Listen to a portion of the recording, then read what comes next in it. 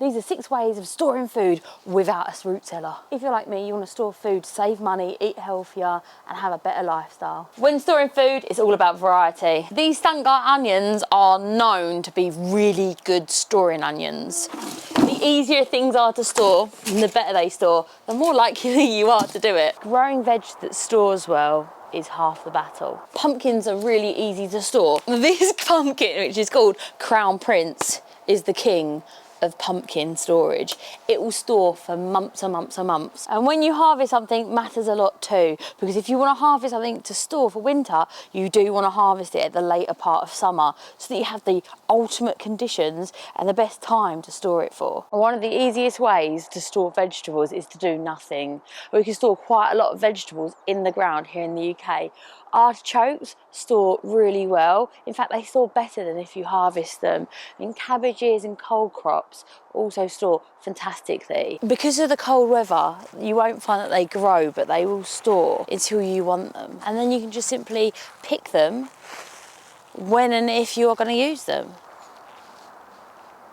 Greenhouses are a great place to get frost tender crops in the winter. Now, although it's probably frozen in here, it hasn't frozen enough to kill these. Planting out and sowing in winter is a great way to ensure the constant harvest.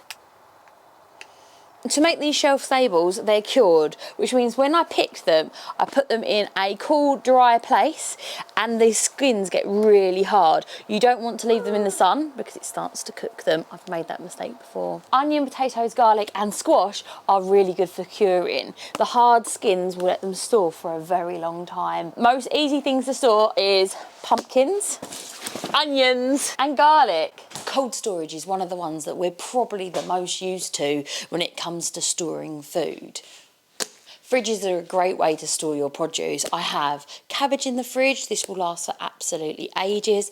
Just like that, clean it off from all the mud, give it a bit of a trimmed bottom, and in the fridge it goes. It is a bit of a small one, but it means it fits. Carrots can last for absolute months in cold storage, just in Ziploc bags. Also herbs. I harvested these herbs just for Christmas and they're literally fine. Just in an airtight container, they're as good as when I picked them. Freezing is probably the method that you're most used to. Freezing can be a really good way to store vegetables for a long period of time.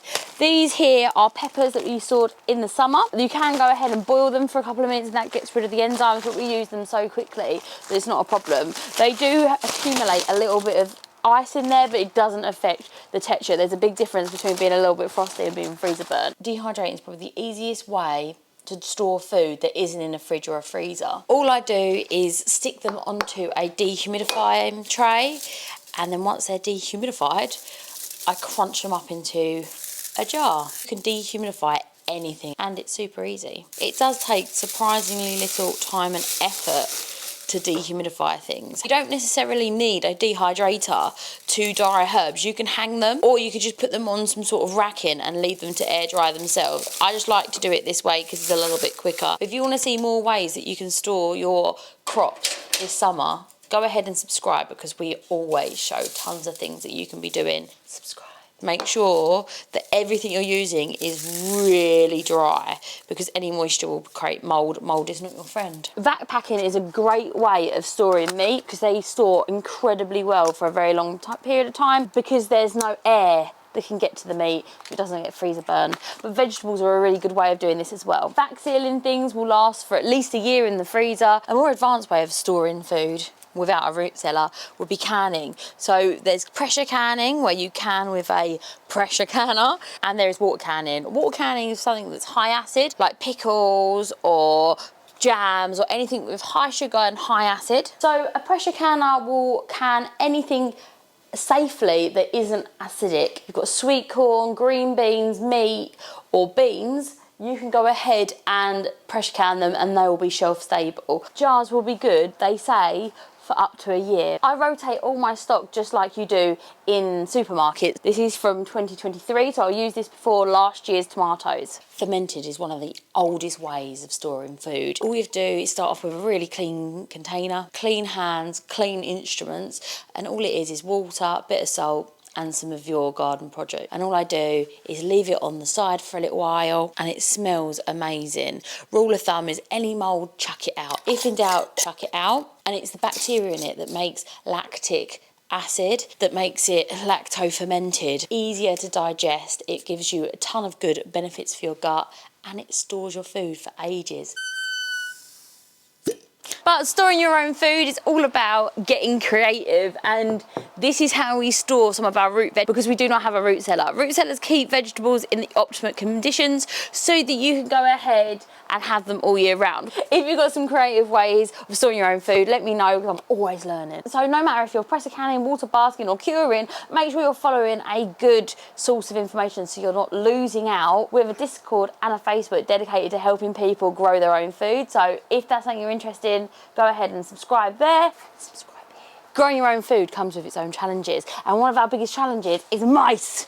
And the easiest way we find to do this is having one of these traps here. These are humane traps. The little mouse crawls up the steps, goes here and goes, ooh, peanut butter, and then falls into there, and then you take them to somewhere like a field and we have them traps set up every single place that we have food. What we do is make sure that all food is off the ground and in containers. Pests are still an issue down here at the allotment. That's why we're going to head and redoing this fence. But it means it will be less likely for us to lose crops over the winter and hopefully not even in the spring and summer. Jars have also been an issue because mason jars can be super expensive, and we used to use these leftover jars. Now, if you are starting out and you ask people for jars, they'll give you loads of these old jam jars and sauce jars, etc. You can in them. However, I have started investing in these jars. I buy one of these every single month so that it spreads out the cost. Space is always limited. See how many shelves I have behind me, and they're absolutely brimming with jars. And it is just that point of being super organised and making sure that everything has its own space. You can see that we've put up a shelving that is just leftover sides from our old kitchen. This makes it a larger area. The best way to store your own food is to start small and work in small batches, and you can always work up to massive batches. Storing what you know that you're going to eat. Tomato sauces, perhaps some garlic that you're already buying, and supplement what you're buying from the store with homegrown.